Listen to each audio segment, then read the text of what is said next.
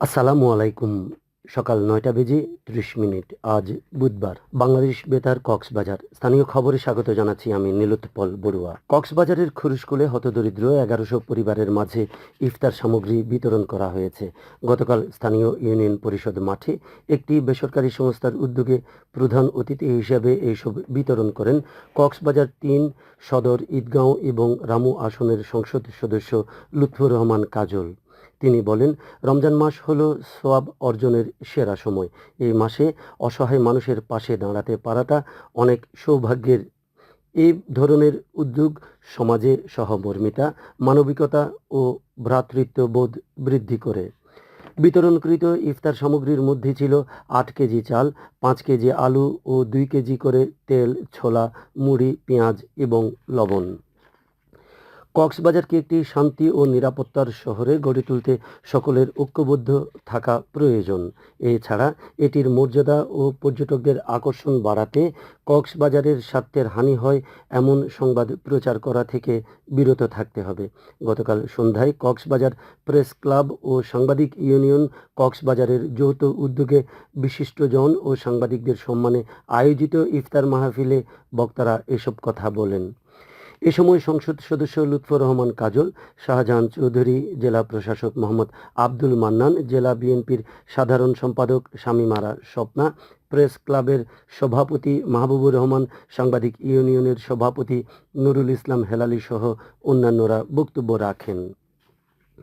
উখিয়ায় ২৫ March গণহত্যা দিবস পালন ও ২৬শে মার্চ মহান স্বাধীনতা ও জাতীয় দিবস উদযাপন উপলক্ষে এক প্রস্তুতি সভা অনুষ্ঠিত হয়েছে। গতকাল উপজেলা প্রশাসনের আয়োজিত সভায় সভাপতিত্ব করেন উপজেলা নির্বাহী কর্মকর্তা রিফাত আসমা। সভায় মহান স্বাধীনতা দিবস যথাযোগ্য মর্যাদায় পালনে বিভিন্ন কর্মসূচি গ্রহণ করা হয়। কর্মসূচির মধ্যে রয়েছে প্রথম প্রহরে শহীদ মিনারে পুষ্পমাল্য অর্পণ, জাতীয় পতাকা উত্তোলন, কুচকাওয়াজ, বীর মুক্তিযোদ্ধাদের সংবর্ধনা, আলোচনা সভা, খেলাধুলা, সাংস্কৃতিক অনুষ্ঠান ও পুরস্কার বিতরণ।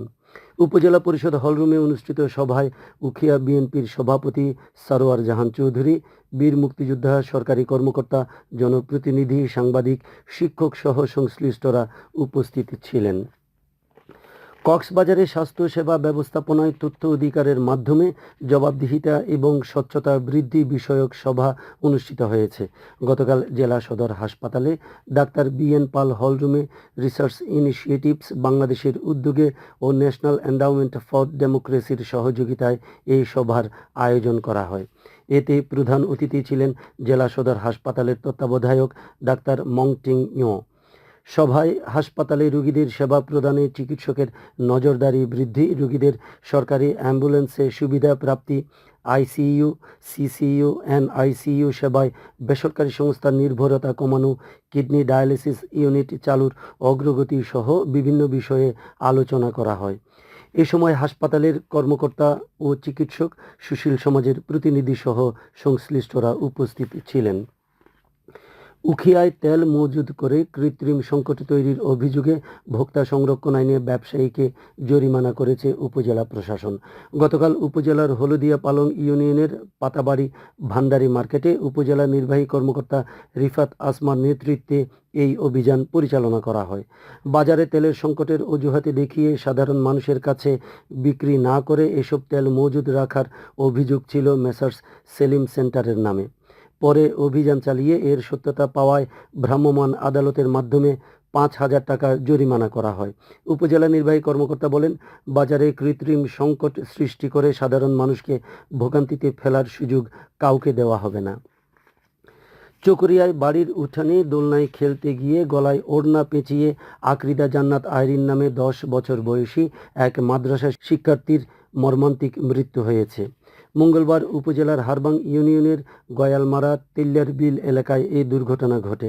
নিহত আকরিদা স্থানীয় প্রবাসী জিয়াউদ্দিনের মেয়ে। পরিবার জানায়, মাদ্রাসা থেকে বাড়ি ফিরে বাড়ির উঠানে দোলনায় খেলছিল আইরিন। এই সময় অসাবধানতাবশত দোলনার উপর থাকা একটি ওড়না তার গলায় পেঁচিয়ে যায়। এতে শ্বাসরুদ্ধ হয়ে সে অচেতন হয়ে পড়ে। পরে স্বজনরা দ্রুত তাকে উদ্ধার করে হাসপাতালে নিয়ে গেলে কর্তব্যরত চিকিৎসক তাকে মৃত ঘোষণা করেন। স্থানীয় ইউনিয়ন পরিষদের সদস্য শফিউল আলম ঘটনার সত্যতা নিশ্চিত করেছেন। এই ঘটনায় থানায় একটি অপমৃত্যু মামলা দায়ের করা হয়েছে বলে জানিয়েছেন হারবাং পুলিশ ফাঁড়ির ইনচার্জ সাইফুল ইসলাম।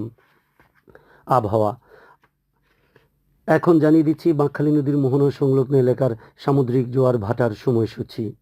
আজ জোয়ার শুরু হয়েছে সকাল 9টা 7 মিনিটে, চলবে বিকেল 3টা 24 মিনিট পর্যন্ত। ভাটা শুরু হবে বিকেল 3টা 24 মিনিটে, চলবে রাত 10টা 8 মিনিট পর্যন্ত। খবর শেষ হলো। আমাদের পরবর্তী খবর প্রচারিত হবে আজ দুপুর 2টা বেজে 30 মিনিটে।